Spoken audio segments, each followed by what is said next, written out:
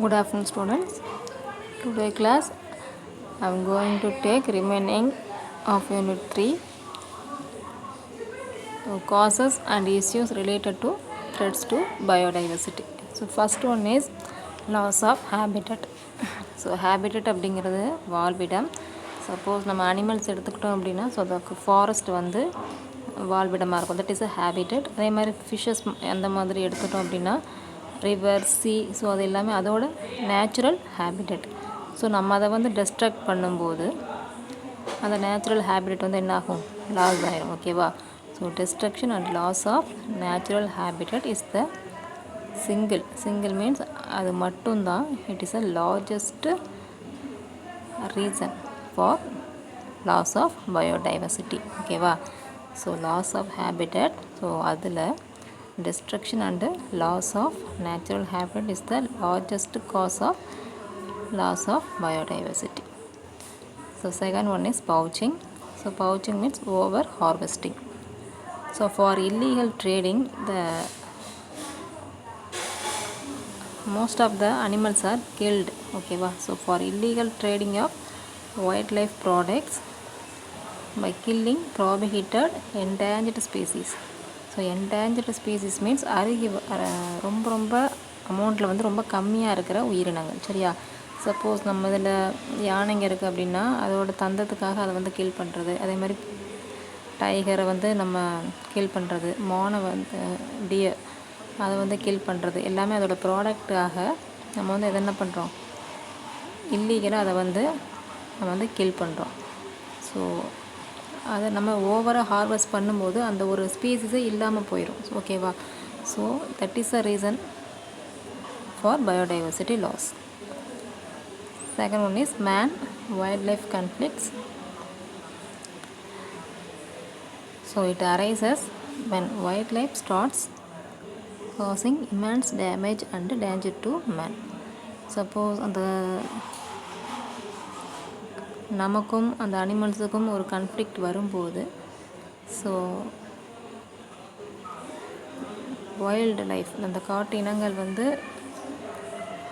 ரொம்ப அதிகமாக ஆரம்பிச்சிருச்சு அப்படின்னா, இல்லாட்டி நமக்கும் அவங்களுக்கும் ஒரு மாதிரி மோதல் மாதிரி வந்துச்சு அப்படின்னா ஸோ அதுதான் நமக்கு வந்து பெரிய டேமேஜ் வந்து ஏற்படுத்தும். So wildlife starts causing immense damage and very danger to our human being.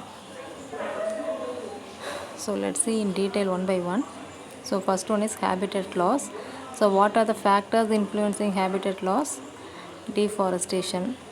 So next destruction of wetland. So the ஏரி அந்த மாதிரி இடத்துல நம்ம கன்ஸ்ட்ரக்ஷன் பண்ணுறது, அப்படி கன்ஸ்ட்ரக்ட் பண்ணும்போது அந்த வெட்லேண்டே அந்த இடத்துல என்ன ஆகும், டெஸ்ட்ராய் ஆயிரும். ஸோ அப்போது அதில் இருக்கிற உயிரினங்கள்லாம் என்ன ஆகும், அந்த இடத்துல வந்து வாழ முடியாமல் அதோட ஹேபிட்டட் அந்த இடத்துல லாஸ் ஆகும். So next habitat fragmentation. So raw materials, so ஏதாவது ஒரு ரா மெட்டீரியலுக்காண்டி நம்ம அந்த இடத்த வந்து நம்ம ஆக்குப்பை பண்ணோம் அப்படின்னா ஸோ அதுவும் one of the habitat loss தான். ஸோ அதேமாதிரி production of drugs, illegal trading for our developmental activities. So இதெல்லாம் நம்ம பண்ணும்போது அந்த இடத்துல ஒரு அனிமல்ஸோட ஒரு பேர்ட்ஸோட ஹேபிட்டட் வந்து என்ன ஆகும், லாஸ் ஆகும். ஓகேவா? So for the current rate loss of forest habitat, it is estimated that 20 to 25% of global flora and fauna would be lost within few years. ஓகேவா? ஸோ ஃபாரஸ்ட் ஹேபிட்டட் வந்து நமக்கு லாஸ் ஆகிருக்கு. So estimate பண்ணோம் அப்படின்னா ஒரு 20 to 25% of the global flora and fauna would be lost within a few years. Second one is poaching. So அதில் 2 type இருக்குது, subsistence and commercial. So subsistence means நம்மளோட temporary suppose நம்மளோட ஒரு ஃபுட்டுக்காகவோ இல்லை நம்ம ஒரு சர்வைவலுக்காண்டி ஒரு அனிமலை வந்து கில் பண்ணுறது. ஓகேவா? That is killing animal to provide enough food for survival. இது வந்து டெம்ப்ரவரி தான். ஸோ ரொம்ப அந்தளவுக்கு டேமேஜ் வந்து இருக்காது. பட் கமர்ஷியல் போச்சிங் போது நம்ம என்ன பண்ணுவோம், நிறைய வைல்டு லைஃப் அனிமல்ஸை வந்து என்ன பண்ணுவோம், ஹண்டிங் பண்ணுவோம். ஹண்ட் பண்ணி கில் பண்ணும்போது அதோடய ப்ராடக்ட்ஸ் வந்து செல் பண்ணுறோம். ஸோ அப்படிங்கும்போது மேஜராக நமக்கு வந்து அது வந்து பயங்கர பயோடைவர்சிட்டி லாஸில் வந்து இன்வால்வ் ஆகுது. So that is a commercial poaching. So what are the factors influencing poaching means human population is one of the factor, and the second one is commercial activities. What is the remedial measure of poaching? You should stop illegal hunting and trading, not purchase fur, coat, purse. அதாவது அனிமலோட ஸ்கின்னில் mat ஆகிற எந்த ஒரு ப்ராடக்ட்டையும் நம்ம வந்து purchase பண்ணக்கூடாது. So அதே மாதிரி biodiversity loss should be strengthened.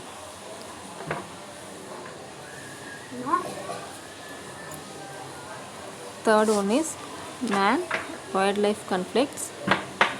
So what are the factors influencing man-wildlife conflicts? Shrinking of forest cover. அந்த நம்ம காட்டு பகுதி வனப்பகுதின்னு சொல்லுவோம் இல்லையா, ஸோ அது வந்து நம்ம சுருங்கிறது, that is one of the reason. So அப்போ அந்த ஃபாரஸ்ட்டோட பிளேஸ் வந்து குறையும் போது அங்கே உள்ள அனிமல்ஸ்லாம் என்ன ஆகும், நம்மளோட ரெசிடென்சியல் பிளேஸுக்கு தான் வரும். ஸோ ஓகேவா, ஸோ அங்கேயும் நமக்கு பயோடைவர்சிட்டி என்ன ஆகுது, லாஸ் ஆகுது. So shrinking of forest cover, human encroachment, injured animals, then cultivation of food and elephants, search for food,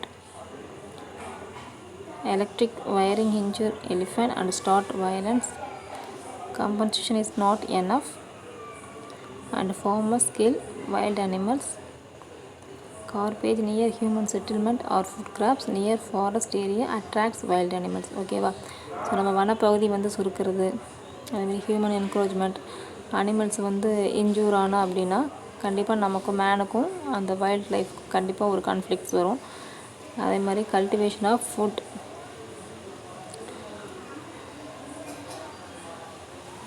அதேமாதிரி அங்கே உள்ள காட்டில் இருக்கிற ஃபுட்டு ஃபுல்லாக நம்ம எடுத்துட்டோம் அப்படின்னா ஒரு வேளை மரத்தை வெட்டுறது அந்த மாதிரி நம்ம காட்டை அழிக்கும்போது இந்த animals are search for food. So அப்படி ஃபுட்டுக்காக நமக்கு வரும்போது என்னாகும், நமக்கும்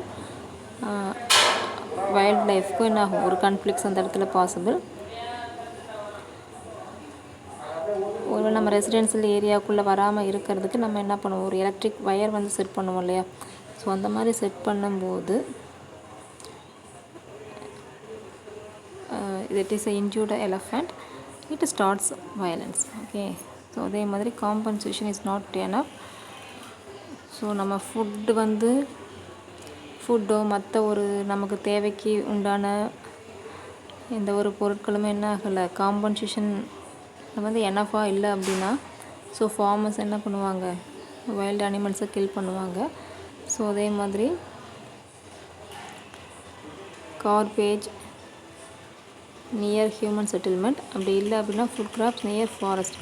அந்த மாதிரி நம்ம ஹியூமன் பீயிங் இருக்கிற இடத்துல வந்து ஃபுட்டையோ கார்பேஜையோ கொட்டும்போது that area attracts the wild animals. So அப்படி அது நம்ம ஏரியாவுக்குள்ளே வரும்போது என்ன ஆகும், நமக்கும் அந்த வைல்ட் லைஃப்க்கும் கான்ஃப்ளிக்ட்ஸ் வந்து ஸ்டார்ட் ஆகிடும். ஓகேவா, so what are the remedial measure for man wild life conflicts? So crop and cattle compensation scheme must be started. So அந்த விலங்குகளுக்கு தேவையான உணவுகள் வந்து என்னாகும், ஈக்குவல் பேலன்ஸ்டாக இருக்கணும், that is a compensation. So solar power fencing with electric current proof trenches must be provided to prevent animals. இந்த ஒரு பேரியர் மாதிரி வைப்போம் இல்லையா, ஸோ அந்த மாதிரி நம்ம வச்சோம் அப்படின்னா எந்த ஒரு அனிமல்ஸும் என்ன ஆகாது, நம்ம ஹியூமன் இருக்கிற ஏரியாவில் வந்து என்டர் ஆகாது. Crop patterns must be changed and adequate food and water should be available for wild animal in the forest. So ஃபாரஸ்ட்டில் தேவையான உணவும் நீரும் இருந்துச்சு அப்படின்னா எந்த ஒரு அனிமல்ஸும் என்ன ஆகாது, காட்டு பகுதியை விட்டுட்டு வெளியே வராது. So that is one of the reason. And developmental and construction work around the forest. So காட்டை சுற்றி நம்ம ஒரு எந்த ஒரு டெவலப்மெண்ட்டும் பண்ணக்கூடாது. ஸோ அதே மாதிரி எந்த ஒரு கன்ஸ்ட்ரக்ஷன் ஒர்க்கும் பண்ணக்கூடாது. It should be stopped. These are the remedial measures for man wild life conflicts.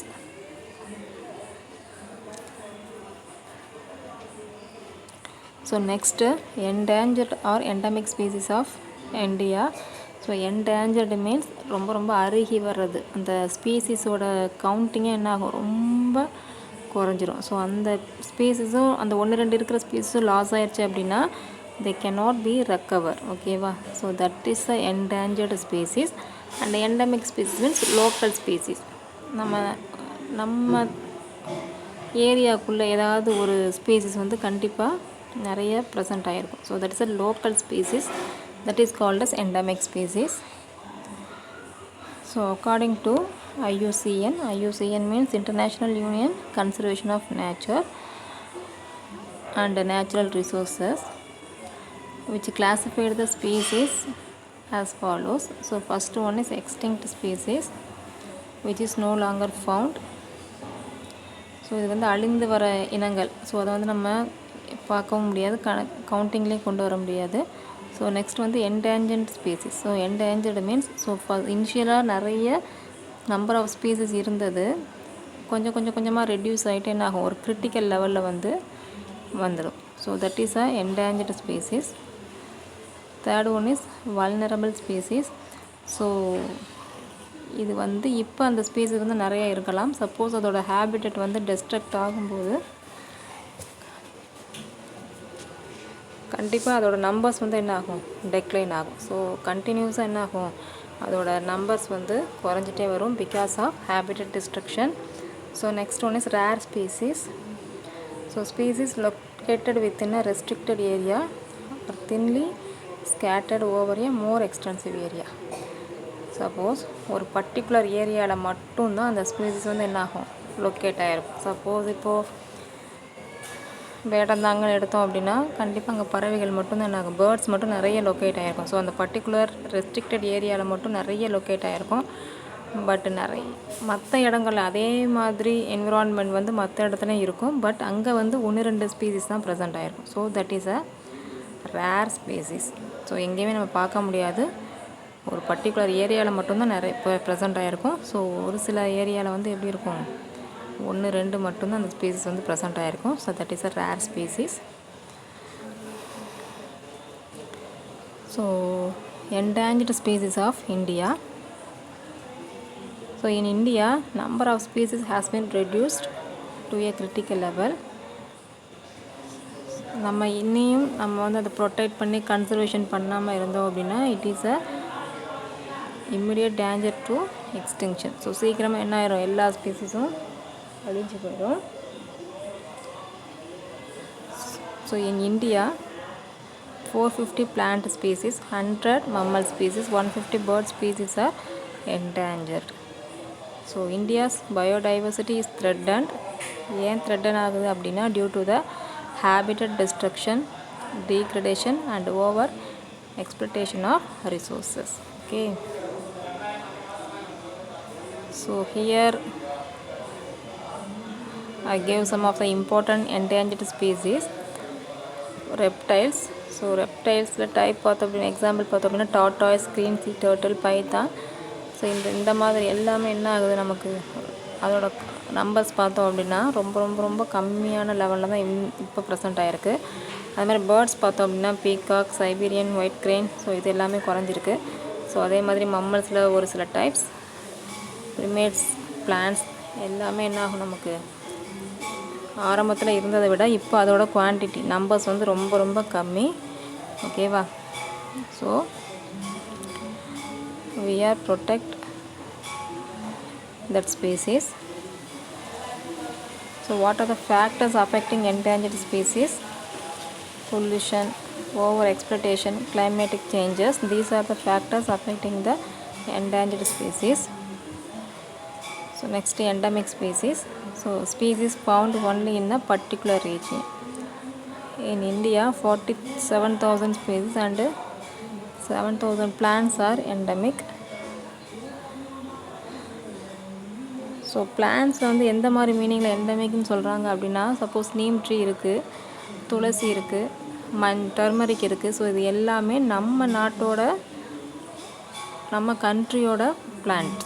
So அதுங்க எல்லாமே இங்கே உள்ள லோக்கல் ஸ்பீசிஸ். ஸோ அதை தான் இந்த இடத்துல எண்டமிக் ஸ்பீசிஸ்ன்னு சொல்லுவாங்க. So in India 7,000 plants R endemic. So அதில் 62% of our endemic species are found in Himalayas and Western Ghats. So next fauna. So fauna means animal species. So animals are present in a particular region. So in India, 81,000 species of animals are there in Western Ghats, which is rich in 62% amphibians. So amphibians means it is live in both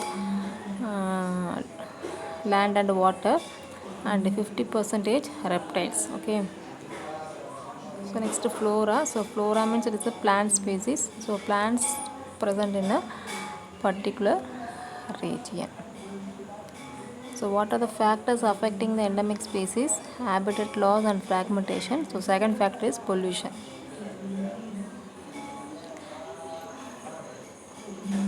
So next, conservation of biodiversity. So conservation means that you save the biodiversity. So it is important. Biodiversity is important for sustainable development.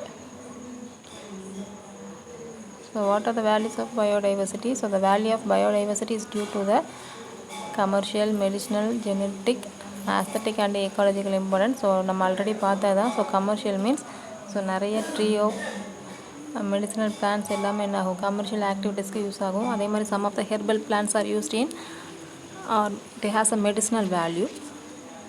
So aesthetic means some of the beautiful plants. Okay, but beautiful plants has aesthetic value and also ecological importance. So the management of biosphere for greater sustainable benefits to the present and future generation. So biosphere அப்படிங்கிறது so எல்லா உயிரினங்களும் ஓகேவா ஒரு இடத்துல present ஆகிருக்கிறது. So நம்ம இருக்கிற ஒரு பூமி வந்து என்னது, இட் இஸ் ஒரு பயோஸ்பியர். ஸோ அதுக்கு கீழே நிறைய உயிரினங்கள் வந்து வாழ்ந்துட்டுருக்கு இல்லையா. So that is a biosphere. So அந்த பயோஸ்பியரை நம்ம கன்சர்வேஷன், இந்த பயோடைவர்சிட்டியை மெயின்டைன் பண்ணால் மட்டும்தான், அதை கன்சர்வேஷன் பண்ணால் மட்டும்தான் பயோஸ்பியரும் நம்ம சேவ் பண்ண முடியும். So which is very very greater benefit. It has greater benefit to the present and future generation. So what are the factors affecting biodiversity? So disturbed by human activities. So mainly it is a biodiversity is affected by human activities such as construction of dams in forest, release of industrial waste, using pesticide and insecticides in crop field, urbanization, etc. So these are the human activities disturb the biodiversity. So second factor is poaching, over exploitation and degradation. So this also affects the biodiversity. And marine ecosystem is disturbed by oil spills and effluents.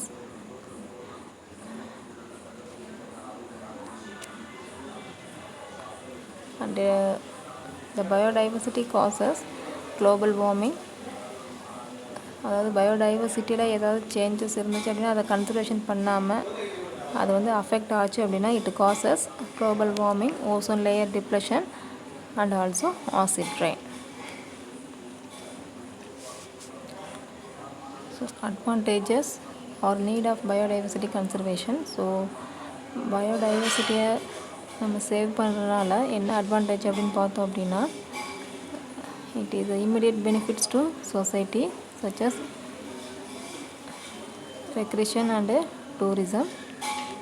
So recreation means பொழுதுபோக்கு. ஓகேவா, suppose இப்போ ஒரு கடல் இருக்குது, ஒரு forest இருக்குது அப்படின்னா நம்ம அதை போய் என்ன பண்ணலாம், நம்ம ஒரு பொழுதுபோக்காக அதை சுற்றி பார்க்கலாம். ஸோ ஓகேவா. ஸோ அது எல்லாமே நம்ம சேவ் பண்ணால் மட்டும்தான், அது இருந்தால் மட்டும்தான் அது வந்து possible. So it is a very very useful to society. And availability of raw materials, preserve genetic diversity, ensures the sustainable utilization.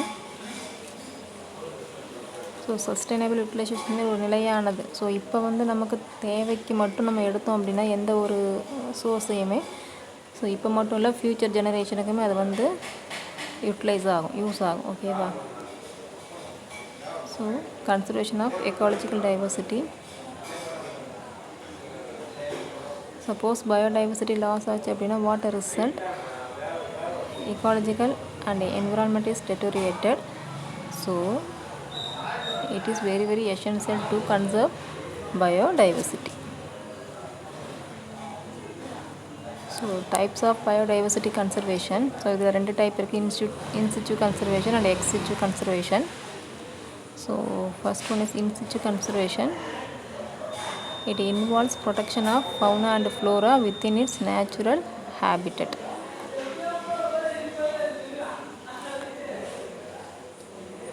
So in situ conservation methods.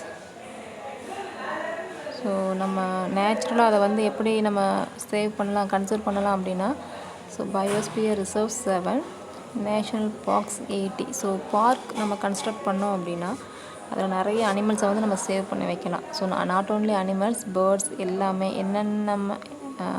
என்னென்ன ஸ்பீசிஸை வந்து நம்ம சேவ் பண்ணணும்னு நினைக்கிறோமோ அதுக்கு ஏற்ற மாதிரி அதே மாதிரி நேச்சுரலாக நம்ம அதை ஒரு செட் பண்ணி நம்ம என்ன பண்ணலாம், அதை வந்து ப்ரொடெக்ட் பண்ணலாம். So that is a national parks. So 80 numbers available in available. So third one is wild life sanctuaries. இப்போது வேடந்தாங்கல் வந்து பேர்ட்ஸுக்கு சாங்சுரியஸ், அதேமாதிரி முதுமலை காடு அந்த மாதிரி எடுத்தால் எலிஃபெண்ட்ஸ் ஃபுல்லாக அதில் நிறைய இருக்கும். ஸோ இந்த மாதிரி சாங்சுரியஸ் நம்ம அதை பாதுகாத்தோம் அப்படின்னா ஸோ நிறைய அனிமல்ஸை வந்து நம்ம சேவ் பண்ணலாம், கன்சர்வ் பண்ணலாம்.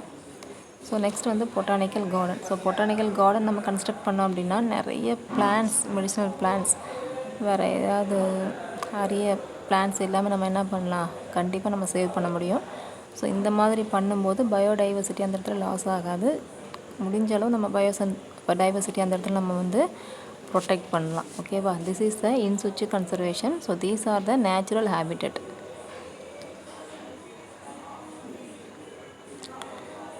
So biosphere reserves. What are the places of biosphere? Gulf of Mannar, Nilgiri, Nanda Devi. So அதே மாதிரி நேஷ்னல் பார்க் பார்த்தோம் அப்படின்னா Kaziranga in Assam. So some of the places are given here. So அதே மாதிரி wild life sanctuaries Mudumalai and Vedanthangal which is present in Tamil Nadu. அதேமாதிரி gene sanctuaries are botanical garden.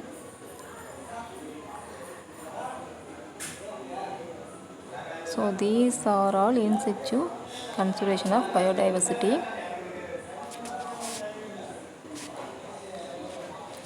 So next, merits of in situ conservation. So which is very cheap and very convenient method.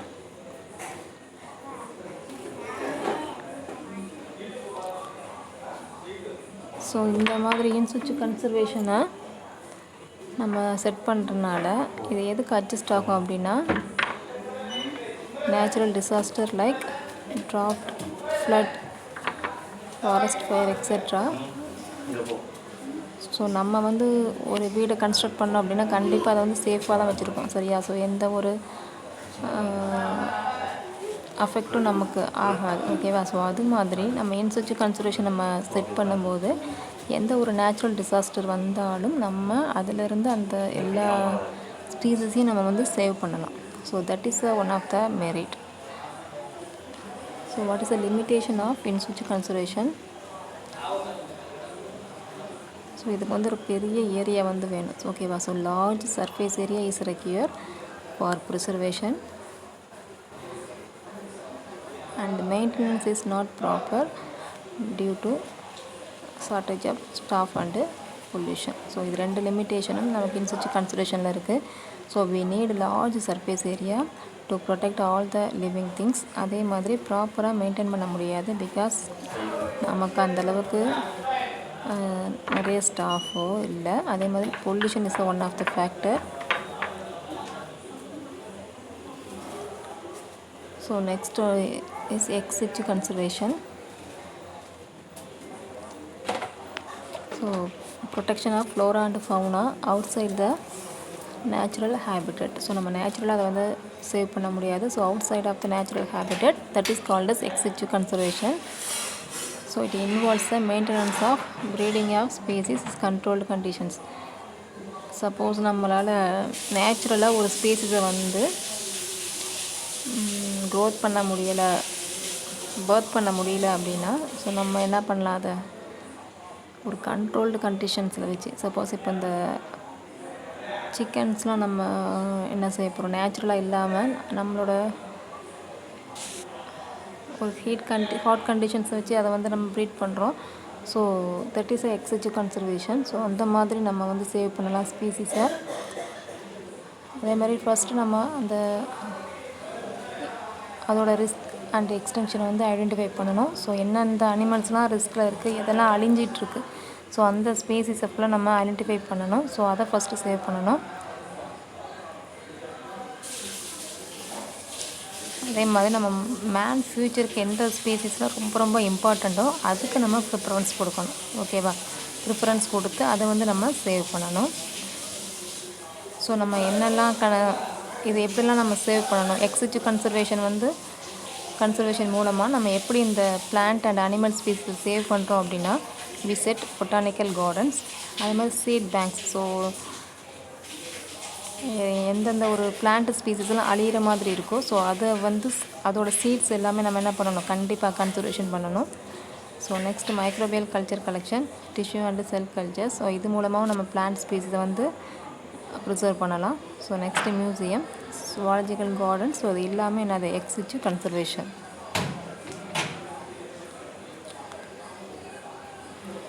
So methods of ex situ conservation. National Bureau of Plant Genetic Resources, which preserves agricultural and horticultural crops. Second one is NBAGR, so which preserves the semen of domesticated bovine animals. So third one is NFP-TCR, which conserve variety of crop plants or tree by tissue culture. So these are ex-situ conservation to prevent or these are the methods of ex-situ conservation for preserve some of the crops and animals.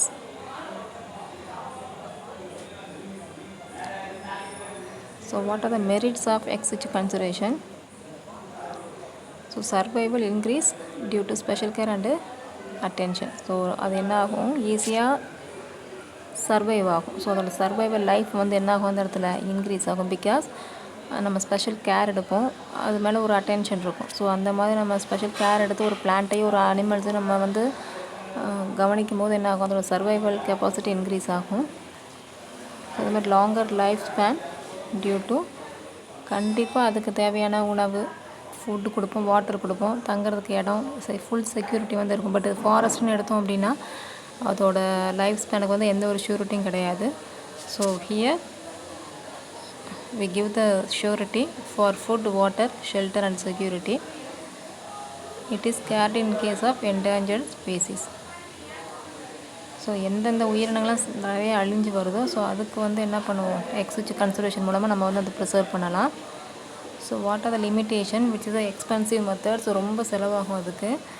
So அதே மாதிரி freedom of wildlife is lost. ஒரு காட்டில் ஒரு ஃபாரஸ்ட்டில் வந்து அது எந்தளவுக்கு ஃப்ரீடமாக இருந்துச்சோ, நம்ம கன்ஸ்ட்ரக்ட் பண்ணுற இடத்துல அந்தளவுக்கு அதால் ஃப்ரீயாக இருக்க முடியாது. ஸோ அதோட வைல்டு லைஃபோட ஃப்ரீடம் வந்து அந்த இடத்துல லாஸ்ட் ஆகுது. ஸோ இந்த சுச்சுவேஷனில் சர்வைவான ஒரு அனிமலால் ஒரு நேச்சுரல் என்விரான்மெண்ட்டில் போய் என்ன பண்ண முடியாது, அவ்வளோ ஈஸியாக சர்வைவ் ஆகாது. So animal cannot survive in natural environment. So அதே மாதிரி நம்ம எல்லா ஸ்பீசஸையும் அடாப்ட் பண்ண முடியாது. ஓகேவா? ஸோ ஒரு செலக்டட் ஸ்பீசஸை மட்டும்தான் நம்மளால் அடாப்ட் பண்ண முடியும். So that is the limitations of ex situ conservation. So இங்கே நான் ஃபஸ்ட்டு சொன்னதே தான் திருப்பி இந்த இடத்துல பாயிண்டில் கொடுத்துருக்கு.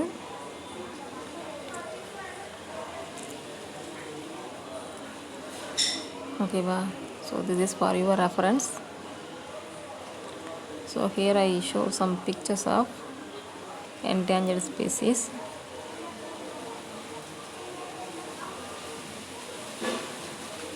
So this is a blue butterfly.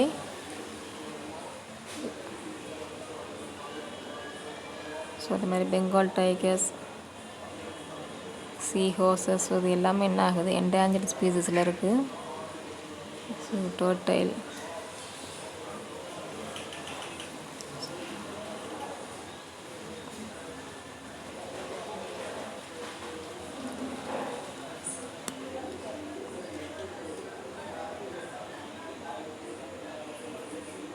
So இது வந்து வைல்ட் லைஃப் கான்ஃப்ளிக்ஸ்னால என்னென்ன அஃபெக்ட் ஆகிருக்கு அந்த இது கொடுத்துருக்கு. ஸோ சாம்பல்பூர் ஒரிசாவில் 195 ஹியூமன்ஸ், 95 elephants killed and 30 வந்து injured because of man wild life conflict. So அதே மாதிரி ஒவ்வொரு ஏரியாலையும் இருக்கிறது இங்கே போட்டிருக்கு.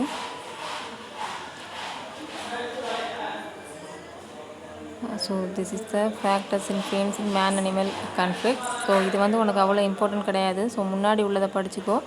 ஸோ இது வந்து ஜஸ்ட் உனக்கு ரெஃபரன்ஸ்காண்டி அதோட ஒரு டேட்டா பேஸ் மாதிரி இங்கே கொடுத்துருக்கு.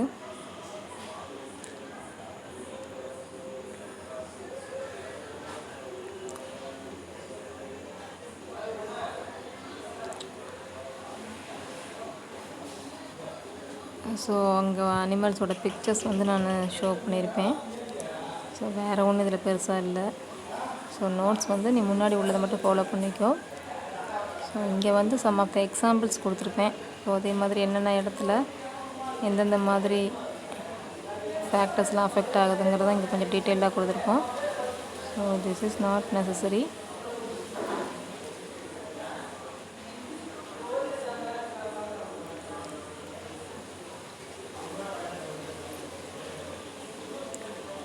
ஸோ ஜஸ்ட்டு 1 மார்க் கொஷின்ஸில் வரலாம். ஜஸ்ட் ஒன் கிளான்ஸ் மட்டும் பார்த்துக்கோங்க.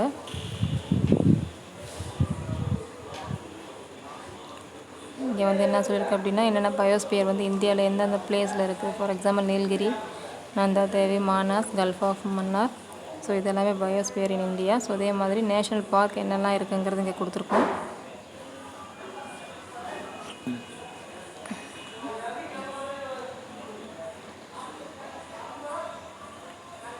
Okay, thank you students.